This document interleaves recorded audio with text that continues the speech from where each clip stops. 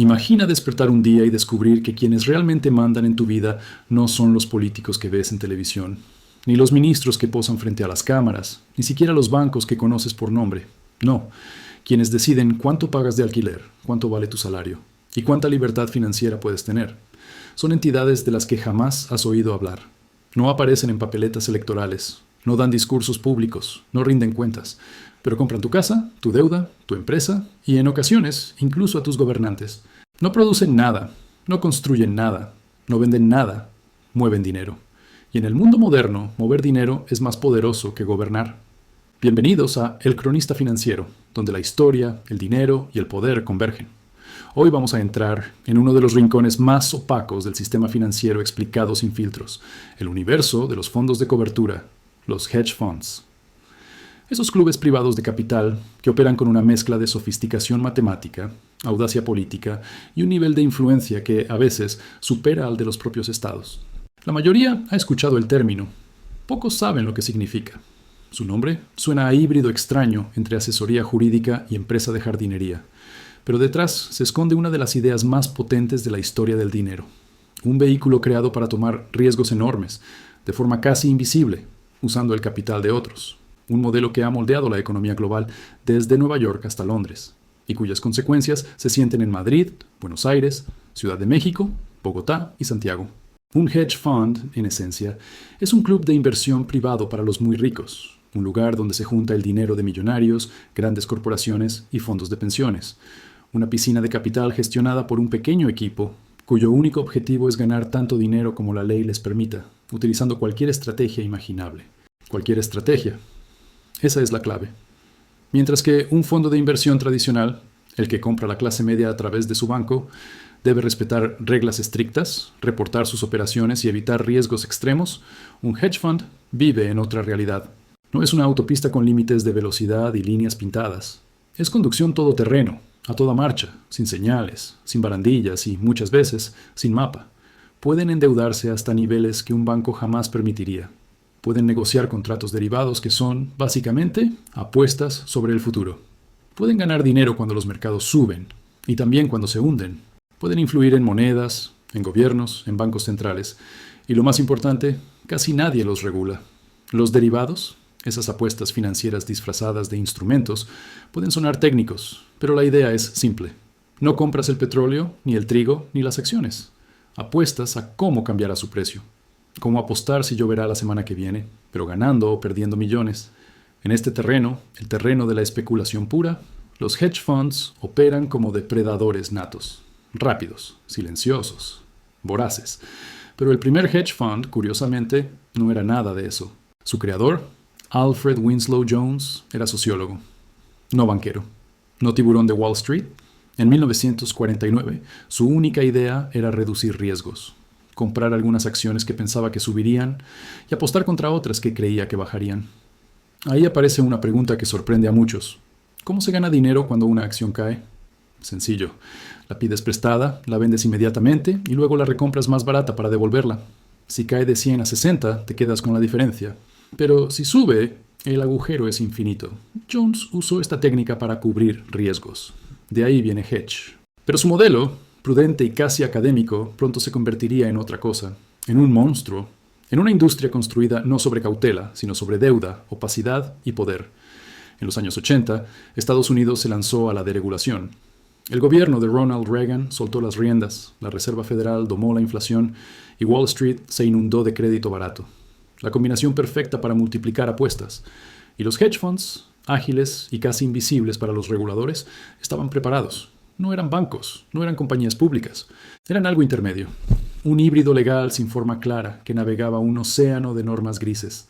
Si un inversor común juega al ajedrez, ellos juegan al póker, con fichas ajenas, en una mesa que el público ni siquiera sabe que existe. En los 90 ya no eran marginales, eran centrales. Movían divisas, bonos, materias primas y, literalmente, países. En 1992, el fondo Quantum, dirigido por George Soros, apostó contra la libra esterlina. Un solo fondo privado derrotó al Banco de Inglaterra. Soros ganó más de $1.000 millones en una semana. Un inversor privado moviendo una moneda nacional. Eso no es jugar al mercado. Eso es demostrar que lo controlas. El sistema recibió una señal de alarma en 1998. Long Term Capital Management, LTCM. El fondo creado por 2 premios Nobel de Economía, armado con modelos matemáticos que parecían garantizados. Sus algoritmos aseguraban que ciertas crisis eran estadísticamente imposibles. Hasta que ocurrieron. Rusia entró en default y LTCM comenzó a desmoronarse. Sus apuestas, multiplicadas por un endeudamiento colosal, amenazaban con derribar el sistema financiero global. Fue tan grave que la Reserva Federal de Estados Unidos convocó a los grandes bancos y organizó un rescate privado de $3.600 millones. Ese fue el día en que los hedge funds aprendieron la lección más peligrosa del capitalismo moderno. Si eres suficientemente grande, el sistema te salva. Desde ese momento, el riesgo dejó de ser un límite. Se convirtió en un negocio. En los años 2000, el sector explotó. Contrataron exministros, exbanqueros centrales y exreguladores. Donaron a ambos partidos políticos. Presionaron para que se aprobaran leyes que permitían usar instrumentos cada vez más complejos. Usaron derivados e ingeniería financiera como si fueran dinamita. Con $1 millón de capital propio, podían pedir prestados 9 millones más y controlar 10. Si subía la bolsa, ganaban multiplicado. Si bajaba, siempre habría otro rescate. En 2008, cuando la burbuja inmobiliaria estadounidense estalló, hubo un personaje clave, John Paulson. No avisó de la crisis, la monetizó. Construyó un producto financiero diseñado para ganar cuando las hipotecas fallaran. Ganó $20.000 millones. Mientras millones perdían sus casas, él ganaba lo que muchos países latinoamericanos no producen en un año. Esa misma crisis destruyó bancos, dejó familias enteras al borde y desencadenó rescates masivos. Pero los hedge funds salieron más fuertes. La señal fue clara. Puedes apostar contra el sueño americano y ganar. Y después de 2008, cuando a los bancos se les llenó el cuello de nuevas regulaciones, los hedge funds vieron luz verde. Se expandieron hacia territorios nuevos, préstamos directos a empresas, compra de viviendas embargadas, adquisiciones agresivas, deuda soberana. Se convirtieron en prestamistas, arrendadores y en muchos casos en gobiernos paralelos. Mientras en España se hablaba del banco malo y en Argentina del corralito argentino, los hedge funds estaban al otro lado comprando activos depreciados a precio de saldo.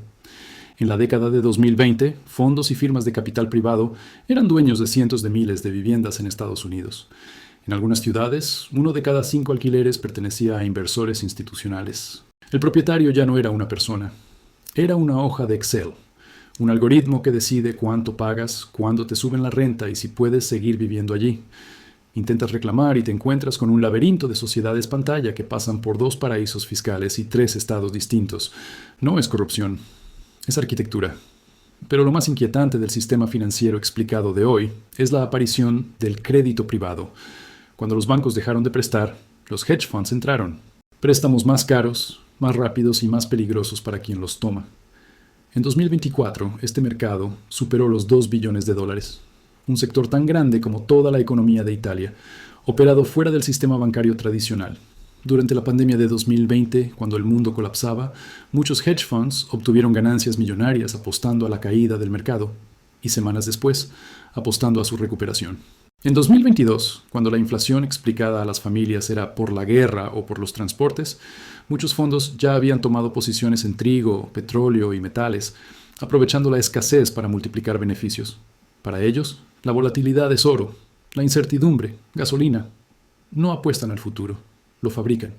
Su tamaño es tal que, cuando toman una posición gigantesca, el mercado se mueve, los precios reaccionan, los bancos centrales toman nota y los gobiernos improvisan. En la práctica, sustituyen regulación por reacción. Pero el dinero no es su única herramienta. El poder es el resto. Los hedge funds son hoy algunos de los mayores donantes políticos en Estados Unidos. Contratan exreguladores, aconsejan a autoridades monetarias y operan con la famosa puerta giratoria. El que escribe las leyes hoy trabaja para quienes las aprovechan mañana. Nada ilegal. Solo un mecanismo perfectamente diseñado para que las reglas nunca incomoden al capital. Su brillantez es que pueden ganar con estabilidad y con caos, con prosperidad y con crisis. Han convertido el desastre en un activo más. Incluso existen derivados para catástrofes naturales, bonos que pagan si no ocurre un huracán. Si ocurre, el inversor pierde y la aseguradora gana tiempo. Puedes literalmente apostar contra el clima. La historia de la deuda y la historia del dinero nunca habían llegado tan lejos. Y como si fuera poco, poseen no solo activos, sino información. Datos. satélites que rastrean barcos, sensores térmicos que miden producción industrial, registros de tarjetas de crédito procesados por algoritmos que anticipan lo que comprarás antes de que lo decidas. No necesitan espiarte, el sistema ya lo hace por ellos. Por eso algunos analistas los llaman las nuevas agencias de inteligencia del capitalismo. No necesitan controlar gobiernos, solo necesitan saber, con segundos de ventaja, lo que hará un gobierno. Y aún así, su poder más grande no es visible, es estructural. Si un fondo posee una parte importante de la vivienda de un país, o de su deuda corporativa, o de su energía, no hace falta que amenace. Su existencia es presión suficiente. Intentas poner control de alquileres, y el capital huye. Intentas regular derivados, y la liquidez desaparece. Intentas frenar la especulación, y los fondos de pensiones, donde está el ahorro de trabajadores, sufren pérdidas. El sistema está alineado para que el dinero nunca deje de moverse, aunque la gente sí se quede quieta. Y lo irónico es que tu fondo de pensiones, tu plan de jubilación, tu aseguradora, probablemente inviertan en hedge funds. Sin saberlo, los maestros, enfermeros y empleados públicos de medio mundo financian a quienes encarecen la vivienda, la comida y la energía. Es el bucle perfecto. El dinero público alimentando poder privado. Lo más inquietante es que los hedge funds no se ven como villanos. Muchos se consideran realistas. Para ellos, hacen que los mercados sean más eficientes. Identifican errores, eliminan empresas débiles. Y sí, hay algo de verdad en eso. Pero su éxito se apoya en una lección que la historia repite sin descanso. El poder concentrado siempre crece, hasta que rompe aquello que lo sostiene. Venecia tuvo gremios mercantiles que controlaron rutas enteras. La Compañía de las Indias Orientales gobernó territorios completos. Hoy, en pleno siglo XXI, el imperio no se construye con barcos ni pólvora. Se construye con derivados, algoritmos y deuda. Los hedge funds son las nuevas compañías comerciales. Soberanos privados en un mundo donde el capital se mueve más rápido que la ley. No levantan banderas, levantan márgenes. No declaran guerras, las financian. No conquistan países, compran su deuda. Y mientras los políticos discuten ideologías, los verdaderos jugadores comercian con ellas. Porque en un sistema donde cada crisis se puede operar, la verdad es solo otra variable. El problema no es que existan, es que se han vuelto indispensables. Si desaparecieran mañana, el crédito se congelaría, los mercados colapsarían, los gobiernos entrarían en pánico. Por eso, cuando alguien pregunta quién manda realmente en Estados Unidos, la respuesta no está en la Casa Blanca, está en oficinas silenciosas en Connecticut, Manhattan o Londres, en hojas de Excel que deciden el destino de países antes del desayuno. Y sus efectos se sienten aquí, en la hipoteca española, en la inflación latinoamericana, en el precio del pan, en la energía, en la deuda pública. Los imperios antes conquistaban tierra, ahora conquistan liquidez. La tragedia no es que perdiéramos la democracia por corrupción, es que la fuimos vendiendo poco a poco por eficiencia, hasta que el control dejó de necesitar permiso. La historia del dinero enseña siempre lo mismo. Ningún imperio basado en la deuda infinita y la opacidad ilimitada dura para siempre. Puedes apostar contra un país, contra una divisa, contra una casa, pero no puedes apostar contra el sistema eternamente. Tarde o temprano se cobra. Si esto cambió tu forma de ver el mundo, suscríbete. La historia tiene las respuestas. Yo te mostraré los lugares donde nadie quiere que mires.